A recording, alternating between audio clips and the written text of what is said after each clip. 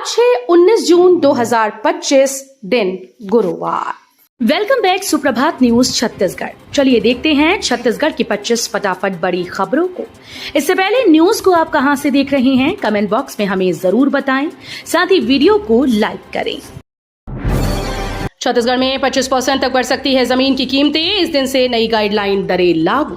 छत्तीसगढ़ में 1 जुलाई 2025 से जमीन की सरकारी गाइडलाइन दरें बदलने जा रही हैं। पंजीयन विभाग ने राज्य के सभी 33 जिलों में मौजूदा जमीन दरों का क्षेत्रवार सर्वे पूरा कर लिया है और अब जिलेवार मूल्य विश्लेषण के आधार पर नई दरें तय की जा रही हैं। ये दरें 8 साल बाद संशोधित की जा रही हैं, जिससे जमीन के सौदों और मुआवजे में बड़ा बदलाव आना तय है। सोलर लाइट लगाने वालों को केंद्र के 7 स्टेट से भी मिलेगी सब्सिडी। विष्णुदेव साय मंत्रिपरिषद ने छत्तीसगढ़ में अक्षय ऊर्जा को बढ़ावा देने और बिजली उपभोक्ताओं को आर्थिक लाभ पहुंचाने के लिए प्रधानमंत्री सूर्य घर मुफ्त बिजली योजना के अंतर्गत घर की छतों में सोलर रूफटॉप संयंत्र की स्थापना में राज्य शासन द्वारा उपभोक्ताओं को वित्तीय सहायता दिए जाने का महत्वपूर्ण निर्णय लिया है। Chhattisgarh state power distribution company limited के माध्यम से पीएम सूर्य घर मुफ्त बिजली योजना के तहत घरेलू उपभोक्ताओं के घरों पर सोलर रूफटॉप संयंत्र लगाने पर केंद्रीय वित्तीय सहायता के साथ साथ राज्य की ओर से अतिरिक्त वित्तीय सहायता दी जाएगी। प्लेसमेंट कैंप का आयोजन 20 जून को 43 पदों पर होगी भर्ती। छत्तीसगढ़ के दुर्ग जिले में बेरोजगारों को रोजगार देने के लिए प्लेसमेंट कैंप रखा गया है। जिला रोजगार व स्वरोजगार मालवीय नगर चौक दुर्ग में 20 जून की सुबह 10:30 बजे से प्लेसमेंट कैंप का आयोजन किया जाएगा। इस प्लेसमेंट कैंप में big change consultant private limited के कुल 23 रिक्त पदों हेतु एवं कलर्स चिल्ड्रन हॉस्पिटल दुर्ग के 20 पद, इस प्रकार कुल 43 पदों पर भर्ती की जाएगी। बोरवेल पर लगा प्रतिबंध हटाया, अब आसानी से होगी नलकूप खनन। कलेक्टर व जिला दंडाधिकारी गोपाल वर्मा ने जिले में मानसून की शुरुआत तथा ग्रामीण क्षेत्रों में कृषि कार्यों के प्रारंभ होने की स्थिति को दृष्टिगत रखते हुए व भूजल स्तर में आंशिक सुधार के मद्देनजर पूर्व में पेयजल परिरक्षण अधिनियम अंतर्गत लगाए गए नलकूप खनन प्रतिबंध को तत्काल प्रभाव से समाप्त किया है। राशन कार्ड का केवाईसी करने का आखिरी मौका। छत्तीसगढ़ राज्य में सार्वजनिक वितरण प्रणाली से जुड़े सभी राशन कार्ड धारकों के परिवारजनों का आधार आधारित प्रमाणीकरण अनिवार्य किया गया।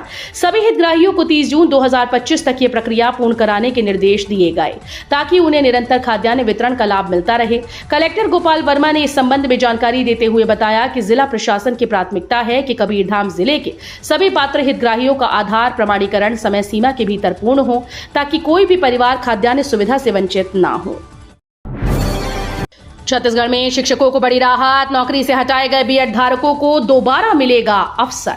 छत्तीसगढ़ में नौकरी से हटाए गए शिक्षकों के लिए राहत भरी खबर सामने आई है। जिन शिक्षकों को बीएड डिग्री मान्यता विवाद के चलते पूर्व में सेवा से हटाया गया था, उन्हें अब राज्य सरकार दोबारा शिक्षा विभाग में नियुक्त करने जा रही है। शासन ने इन शिक्षकों के समायोजन की प्रक्रिया प्रारंभ कर दी और अब उन्हें सहायक विज्ञान शिक्षक के पद पर नियुक्त किया जाएगा। पीएम आवास योजना में बड़े बदलाव, अब सिर्फ 3 दिन में मिलेगी बिल्डिंग परमिट, नहीं देना होगा कोई शुल्क। छत्तीसगढ़ में प्रधानमंत्री आवास बनाने में आ रही दिक्कतों और भवन निर्माण की धीमी गति को देखते हुए केंद्र सरकार ने कई तरह के नियमों को शिथिल कर दिया है। प्रधानमंत्री आवास योजना के तहत मकान निर्माण की प्रक्रिया को आसान और तेज बनाने की दिशा में केंद्र सरकार ने एक बड़ा कदम उठाया। अब पीएम आवास के तहत घर बनाने के लिए नक्शा पास कराने या निर्माण की अनुमति लेने के लिए महीनों तक भटकना नहीं होगा।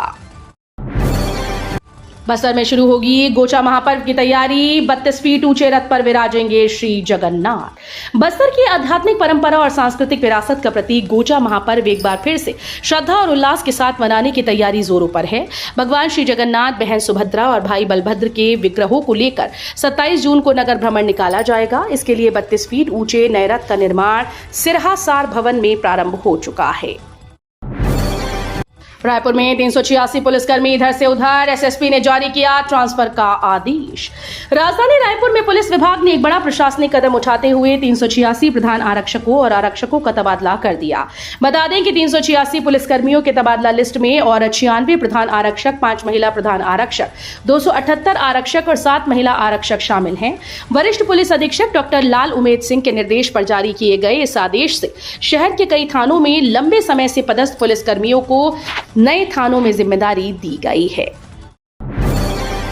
छत्तीसगढ़ में मानसून ने पकड़ी रफ्तार, इन जिलों में अगले 4 दिनों तक भारी बारिश की संभावना। छत्तीसगढ़ में दक्षिण पश्चिम मानसून ने आखिरकार जोर पकड़ लिया और प्रदेश के अधिकतर जिलों में अच्छी बारिश का दौर शुरू हो चुका है। राजधानी रायपुर समेत सरगुजा और बस्तर संभाग के कई हिस्सों में बीते 24 घंटों में मध्यम से भारी बारिश दर्ज की गई। मौसम विभाग के अनुसार अगले 4 दिनों तक छत्तीसगढ़ के उत्तरी और मध्य जिलों में मूसलाधार बारिश की संभावना है। सिंहदेव बोले, हॉस्पिटल्स में मीडिया कवरेज पर प्रतिबंध लगाना अलोकतांत्रिक। पूर्व डिप्टी सीएम टीएस सिंहदेव ने प्रदेश के मेडिकल कॉलेजेस और अस्पतालों में मीडिया कवरेज के लिए जारी मीडिया प्रोटोकॉल को अप्रजातांत्रिक बताया है। सिंहदेव ने कहा कि आखिर सरकार क्या छिपाना चाहती है, ये मीडिया पर शिकंजा कसने की शर्मनाक कोशिश है।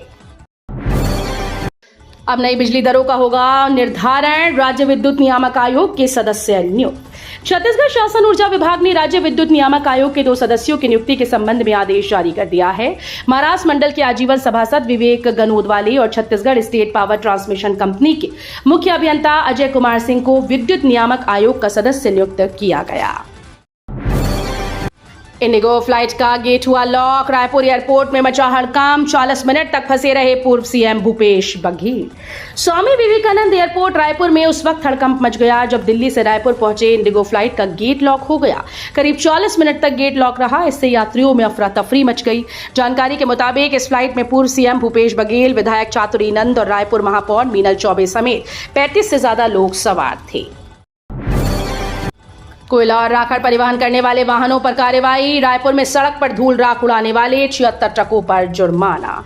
छत्तीसगढ़ में खुले में कोयला और राखड़ का परिवहन कर रहे वाहनों पर परिवहन विभाग ने रायपुर क्षेत्र में कार्रवाई की। परिवहन विभाग ने 76 वाहनों पर 73,600 रुपए की चालानी कार्रवाई की।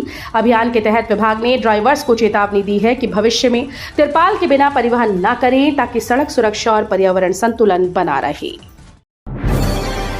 जल जीवन मिशन में लापरवाही पर कड़ी कार्रवाई, 6 ठेकेदारों के अनुबंध रद्द, 114 को कारण बताओ नोटिस। जिले में जल जीवन मिशन की धीमी प्रगति और कार्यों में लापरवाही को लेकर जिला प्रशासन ने सख्त रुख अपनाया है। कलेक्टर रोहित व्यास की अध्यक्षता में आयोजित जिला जल स्वच्छता मिशन की समीक्षा बैठक में परियोजना की धीमी प्रगति पर गहरी नाराजगी जताई गई। बचौद गांव में निकली नशा मुक्ति रैली, महिलाओं ने दिया जागरूकता का संदेश। जिले के जनपद पंचायत बलौदा के ग्राम पंचायत बचौद में नशा मुक्त अभियान का कार्यक्रम आयोजित किया गया, जिसमें ग्राम के सभी स्वास्थ्य समूहों के महिलाओं के द्वारा गांव में रैली निकालकर जन जागरूकता नशा मुक्त अभियान कार्यक्रम चलाया गया। बदलते मौसम में सर्दी, खांसी, वायरल फीवर व डायरिया का बढ़ता असर।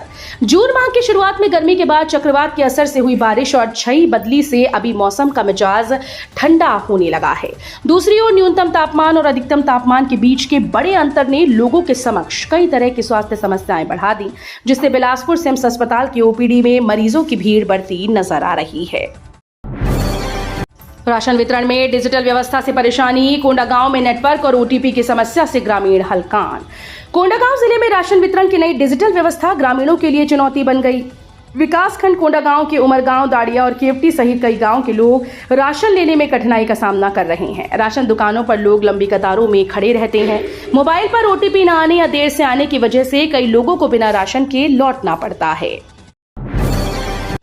जांजगीर चांपा में अवैध रेत खनन पर कार्रवाई, टास्क फोर्स ने एक रात में 50 वाहन जब्त की।